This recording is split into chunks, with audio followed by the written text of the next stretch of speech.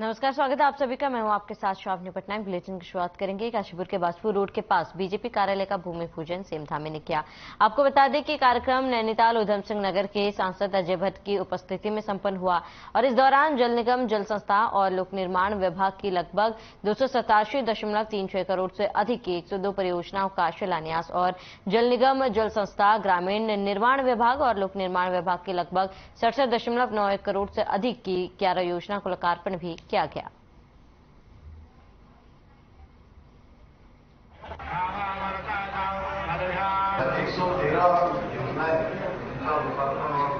यहाँ पर शिलान्यास किया गया और इसकी लागत 355 करोड़ रुपए है।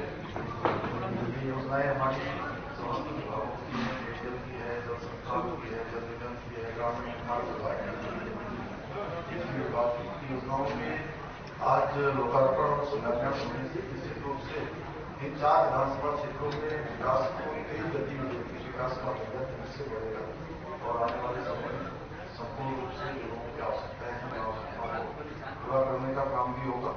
और आज जो पेयजल की योजनाएं हैं, जिलाध्यक्ष से कि अपने प्रदेश के अभिषेक क्रम में मुख्यमंत्री धामी के अतिक्रमण के खिलाफ सख्त कार्रवाई को लेकर अब अल्मोड़ा में जिला प्रशासन, पुलिस प्रशासन, नगरपालिका हरकत में आ गए हैं। वहीं अल्मोड़ा नगर में पुलिस प्रशासन, नगरपालिका की ओर से नगर में अतिक्रमण को लेकर अभियान चलाया गया है, जिसमें उनके फड़ और दुकानदारों के चालान कर कार्रवाई की गई है। वहीं एसआई एससी कापड़ी ने बताया है कि नगर में अतिक्रमण के खिलाफ कार्रवाई करते हुए चेतावनी दी जा रही है। वहीं अतिक्रमण पर अब लगातार अभियान चलाया जा रहा है।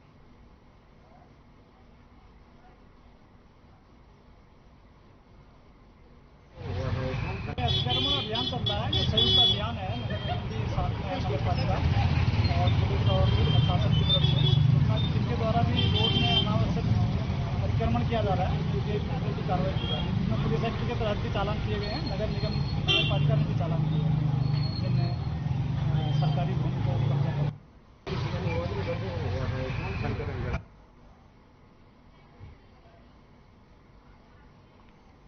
जनपद चमोली के विकासखंड पोखरी के चमशील गांव में इन दिनों श्रीमद् भगवत कथा का आयोजन किया जा रहा है। बता दें कि ये आयोजन मुख्य सूचना आयुक्त योगेश भट्ट के द्वारा किया जा रहा है, जिसमें बड़ी मात्रा में श्रद्धालु इस दिव्य कथा का श्रवण कर रहे हैं। वहीं आचार्य प्रदीप सेमवाल ने छठे दिन श्री कृष्ण के जन्म से लेकर बाल लीला की कथा से सभी का मन मोह लिया। इस दौरान बड़ी मात्रा में भक्तों ने जमकर कीर्तन भी किया।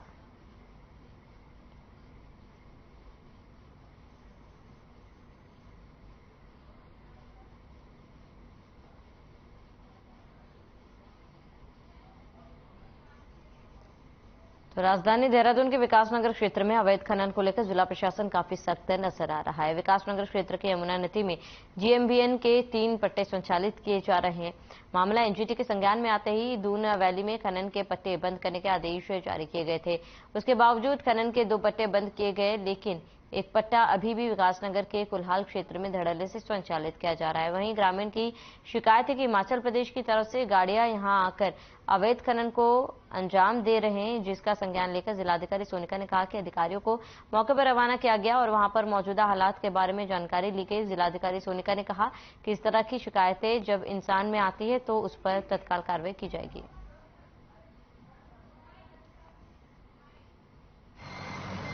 कुछ इस तरह की शिकायत आई थी, जिसके क्रम में हमारी टीम गई हुई थी। हमारी टीम ने पूरी रात भर वहां पर रेकी भी की और देखा कि कहीं कोई इस तरह की गतिविधि चल रही है तो उसे रोका जाए। तो जब भी इस तरह की शिकायतें आती है, हमारे द्वारा संज्ञान लिया जाता है।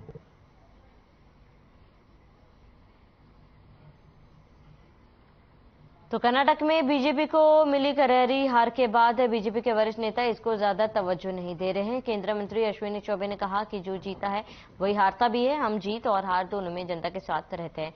मंत्री अश्विनी चौबे ने उत्तर प्रदेश में मुख्यमंत्री योगी आदित्यनाथ के नेतृत्व में सभी 17 नगर निगमों में जीत पर सीएम योगी को बधाई दी। किसी भी चुनाव को बीजेपी हल्के में नहीं देती है।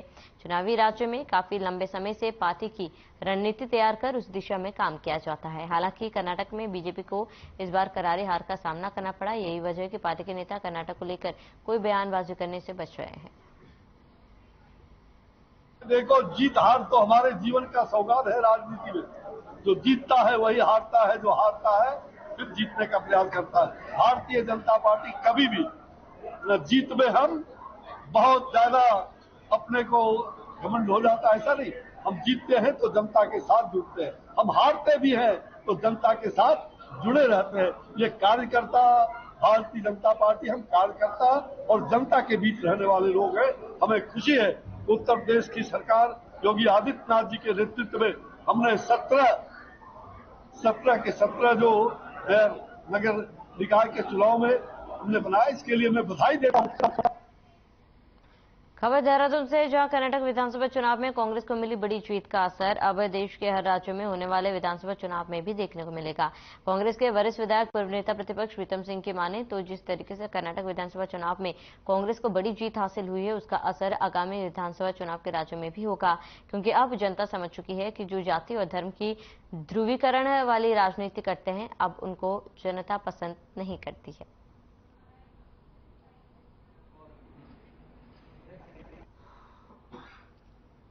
देखिए, कर्नाटक का जो विधानसभा चुनाव हुआ है, उस चुनाव में कांग्रेस को लैंडस्लाइड विक्ट्री मिली है और कर्नाटक के लोगों ने एक संदेश देने का काम किया है।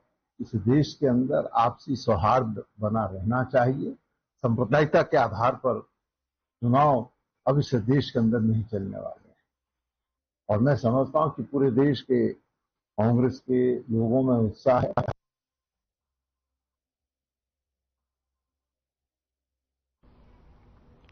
खबर देहरादून से, जहां मुख्यमंत्री पुष्कर सिंह धामी के दिशा निर्देश के बाद सभी जिलों में डीएम कार्यालय पर हर सोमवार को जनता दरबार लगाया जा रहा है।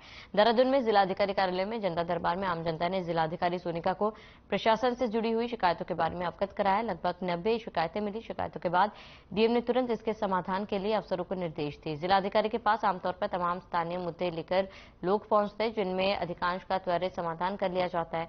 कई ऐसे विषय हैं जिसमें कुछ तकनीकी पक्ष को देखते हुए आने वाले दिनों में जल्द ही उनके समाधान की कवायद की जाती है।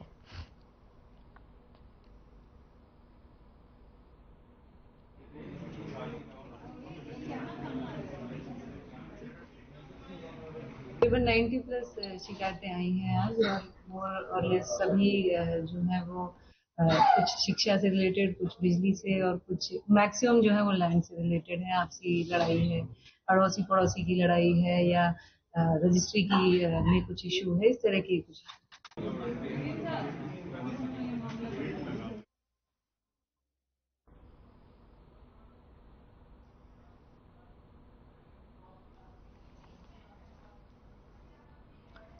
राजधानी में आयोजित मिलेट्स महोत्सव के तीसरे दिन पूर्व सीएम और बीजेपी के वरिष्ठ नेता भगत सिंह कोश्यारी पहुंचे। उनके अलावा पर्यावरणविद अनिल जोशी ने भी मिलेट्स महोत्सव में प्रतिभाग किया। इस अवसर पर भगत सिंह कोश्यारी ने कहा है कि आने वाला समय मिलेट्स का है। ये एक ऐसा अन्न है जो स्वास्थ्य के लिए सर्वोत्तम है। पहले लोग मोटा अनाज को गरीबों का अनाज कहा करते थे, लेकिन आज के समय में इसकी गुणवत्ता के कारण सभी लोग इसके इस्तेमाल पर जोर दे रहे हैं।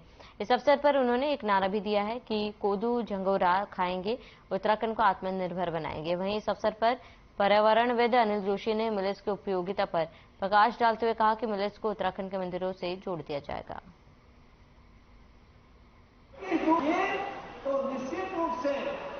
देखिए, आप अपने देश, अपने इस राज्य के बारे में ये तो जानते ही हैं कि हमारा पहला राज्य जब बन रहा था, इसका आंदोलन था, हमने एक नारा लगाया था, कोदा झोरा खाएंगे उत्तराखंड बनाएंगे। ये आधार था इस बात का कि राज्य इसके लिए देश दुनिया में पहचान रखता है कि यहाँ मिलेट्स होती हैं। ठीक है, उसको मोटा अनाज कहा गया हो या किसी रूप में कहा गया हो, लेकिन आज की बदलती परिस्थितियों में, चाहे वो कोविड हो और चाहे क्लाइमेट चेंज हो, अब मिलेट्स की ही दुनिया में बारी है, क्योंकि इसी न्यूट्रिशियस क्रॉप का एक बड़ा महत्व इस बात में है कि कितना भी मानसून इधर का उधर हो जाए, परिस्थितियां ऊंची नीचे हो जाएं, कितनी बंजर जमीन रहे, अगर कहीं कुछ पैदा हो सकता है तो मिलेट ही है।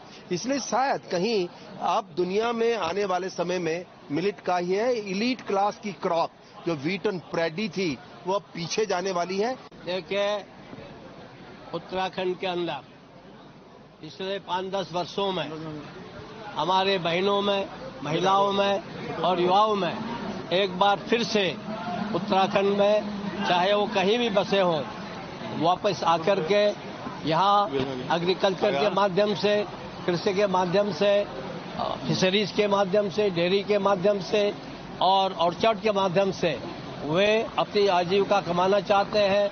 और मैं गांव-गांव बहुत जगह गया हूं, गढ़वाल कुमाऊं में इतने सुंदर प्रयोग नहीं हो रहे हैं। श्री अन्न को विश्व के अंदर पहचान दिलाई। जब यूएनओ के अंदर जब मोदी जी ने प्रस्ताव रखा तो 72 देशों ने इसका समर्थन किया था और उसकी शुरुआत 18 मार्च को दिल्ली में मोदी जी के कार्यक्रमों द्वारा हुई। कृषि मंत्री होने के नाते मुझे उसमें प्रतिभाग करने का मौका मिला और उसी दिन मैंने सोच लिया था कि श्री अन्न महोत्सव हम उत्तराखंड में करेंगे। तो अल्मोड़ा जिले में जंगल से बाहर निकलकर रिहायशी इलाके में पहुंचे तेंदुए ने सोमवार सुबह एक ग्रामीण पर हमला कर दिया, जिससे एक व्यक्ति घायल हो गया। इस घटना के बाद ग्रामीणों में खलबली मच गई। घायल व्यक्ति को द्वाराहाट सामुदायिक अस्पताल में भर्ती कराया गया। जानकारी के बाद वन विभाग की टीम ने पुलिस के सहयोग से तेंदुए की निगरानी शुरू कर दी है।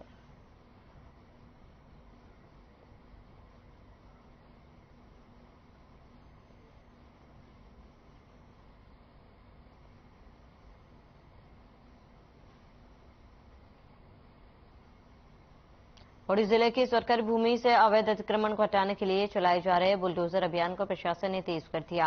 राजस्व विभाग के साथ पुलिस प्रशासन भी अवैध अतिक्रमण को सरकारी भूमि से हटा रहा है। अब तक सड़क किनारे और वन भूमि पर बनी अवैध मजार को प्रशासन हटा चुका है, जबकि अब राष्ट्रीय राजमार्ग सड़क किनारे हुए अवैध अतिक्रमण को हटाया जाना है। इसके बाद इसकी जद में कुछ प्राइवेट स्कूल और स्थानीय लोगों की दुकानें भी आ रही है। हालांकि स्थानीय युवाओं को आरोप है कि प्रशासन सिर्फ छोटे व्यापारियों की दुकानों को ही हटा रहा है, जबकि बड़े व्यापारी के अवैध कब्जों को दरकिनार किया जा रहा है।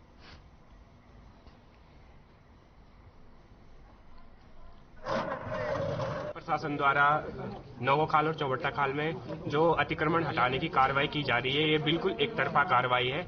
इससे पूर्व में जो 72 लोगों को, जिनमें कच्चे और पक्के निर्माण दोनों थे, नोटिस दिए गए, परंतु अभी जो शासन कार्रवाई कर रहा है वो जो कच्चे निर्माण है, जो खोखे हैं, जो छोटे रोजगार वाले हैं, जो जिन युवाओं ने कोविड के दौरान अपने छोटे मोटे व्यवसाय रोजगार शुरू किए थे, उन पर ही एक तरफा कार्रवाई हो रही है। शासन प्रशासन के द्वारा पहले कोई नोटिस नहीं दिया गया और आज तुरंत ही नोटिस दिया गया।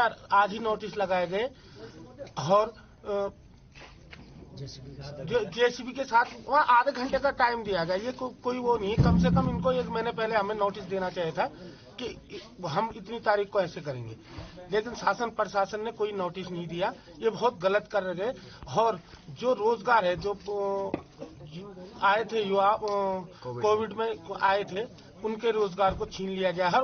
पक्के भवनों पे जो सड़क में है, जो पक्के भवन सड़क में है, उन पे कोई कार्रवाई नहीं है। स्पेशली अभी जो सरकारी संपत्ति पे अतिक्रमण हो रखे हैं, उनके चिन्हीकरण की कार्रवाई जो है उनको संबंधित क्षेत्राधिकारी को बताया गया है कि अपने अपने जो उनके एसडीएम्स हैं उनके साथ समन्वय स्थापित करते हुए जो विभाग हैं जहां पे जो जिन सरकारी भूमि पे अतिक्रमण हो रखा है, भले ही पीडब्ल्यूडी हो, फॉरेस्ट है, उसका चिन्हीकरण जो है वो डिटेल में करवा लें।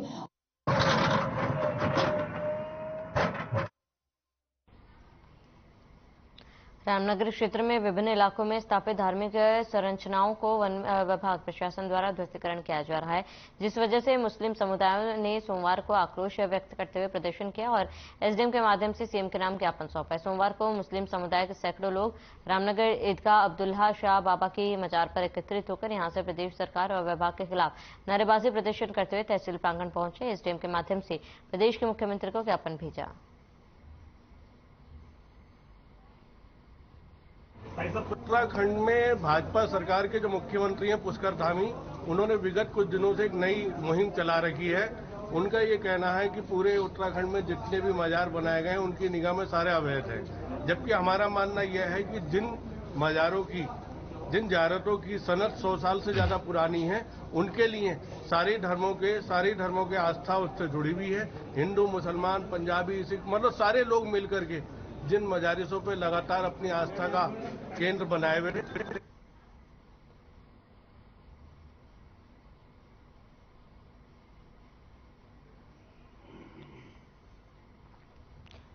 मारपीट वाले मामले में कैबिनेट मंत्री प्रेमचंद अग्रवाल की जेब से गायब हुए 1100 रुपए नकदी, पेन और फटे कुर्ते का मामला फिर सुर्खियों में आ गया है। कांग्रेस कार्यकर्ताओं ने कोतवाली पहुंचकर पुलिस के माध्यम से मंत्री प्रेमचंद को कुर्ता, पेन और गायब हुए धनराशि भेजने का प्रयास किया। हालांकि पुलिस ने इसे लेने से इनकार कर दिया। दरअसल आज दर्जनों कांग्रेसी एकत्रित होकर ऋषिकेश कोतवाली पहुंचे। कांग्रेसियों ने एसएसआई दर्शन सिंह काला से मुलाकात की। इस दौरान कांग्रेसियों ने पुलिस को बताया कि कुछ दिन पहले भारद्वाज हॉस्पिटल के निकट कैबिनेट मंत्री प्रेमचंद अग्रवाल की युवक के साथ हुई मारपीट के मामले में मंत्री का कुर्ता फट गया। उनकी जेब में रखा पेन और कुछ नकदी भी गायब हो गई। कांग्रेसी मंत्री प्रेमचंद अग्रवाल को एक नया कुर्ता, पेन और गायब हुई धनराशि पुलिस के माध्यम से देना चाहते हैं। पुलिस ने कांग्रेसियों की मांग को ठुकरा दिया, कहा कि वह संभव नहीं, जिस पर कांग्रेसियों ने सवाल उठाया कि अगर पुलिस यह काम नहीं कर सकती तो कांग्रेसियों को मंत्री प्रेमचंद के घर तक जाने का इजाजत दे, जिससे कांग्रेसी यह सामान मंत्री तक पहुंचा सके। पुलिस में कांग्रेसियों को ऐसा करने से भी रोका। कांग्रेसियों का कहना है कि वो अब इस सामान को मंत्री तक पहुंचाने के लिए कोई अन्य विकल्प तलाश करेंगे।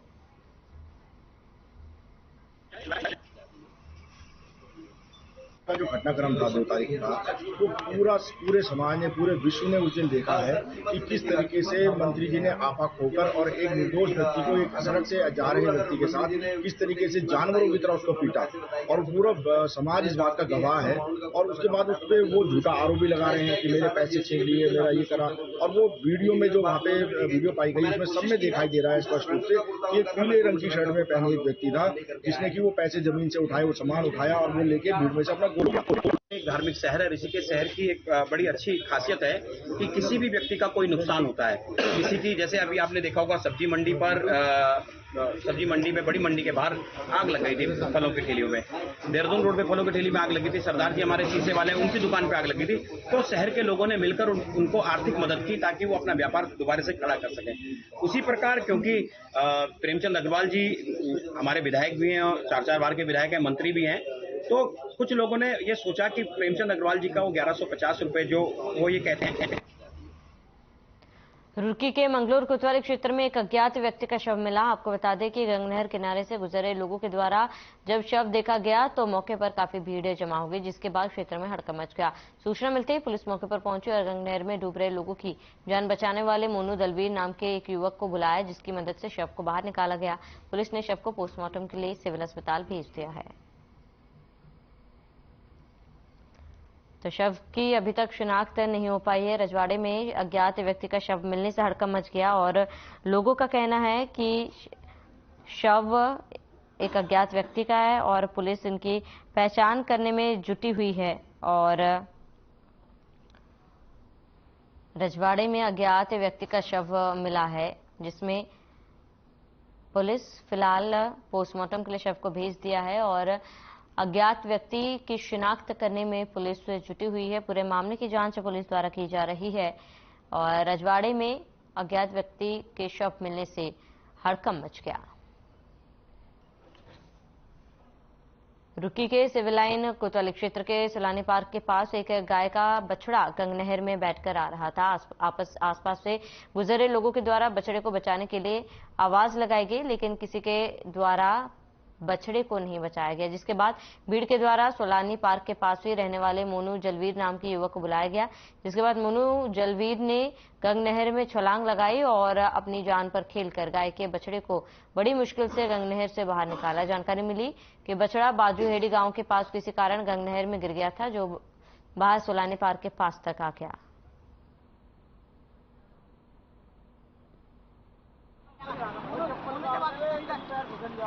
तो मोनू जगबीर ने जान बचाई है बछड़े की और गंगनहर में बछड़ा गिरने से यह हादसा हुआ था। गाय के बछड़े की जान बचाई गई। कड़ी मशक्कत के बाद मोनू जगबीर ने बछड़े की जान बचाई है। वहीं रुड़की के सिविल लाइन कोतवाली क्षेत्र में पीर बाबा कॉलोनी के पास गंगनहर के ऊपर बने रेलवे के पुल पर आज एक बुजुर्ग व्यक्ति का शव लटका हुआ मिला है। आसपास से गुजर रहे लोगों के द्वारा जब शव को देखा गया तो मौके पर काफी भीड़ जमा हो गई, जिसके बाद क्षेत्र में सनसनी मच गई, जिसके बाद पुलिस को सूचना दी गई। सूचना मिलने के मौके पर मोनू जलवीर नाम के युवक को बुलाया, जिसकी मदद से पुलिस के द्वारा बुजुर्ग व्यक्ति के शव को पुल से नीचे उतारा गया। बुजुर्ग व्यक्ति की पहचान अभी तक नहीं हो पाई है। तो रेलवे पुल पर लटका हुआ मिला शव मिलने से सनसनी फैल गई। हालांकि मोनू जगबीर को बुलाया गया और लटका हुआ शव नीचे उतारा गया।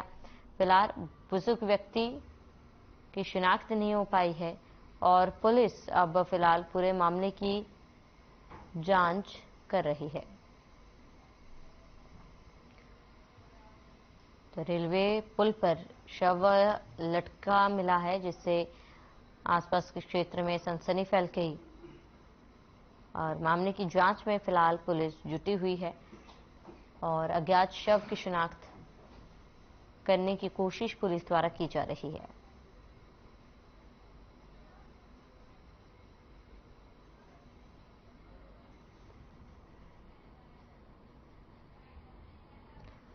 चलिए इसके साथ इस बुलेटिन में फिलहाल में देते हैं। देश और प्रदेश की तमाम बड़ी खबर के लिए बनी रहे हमारे साथ।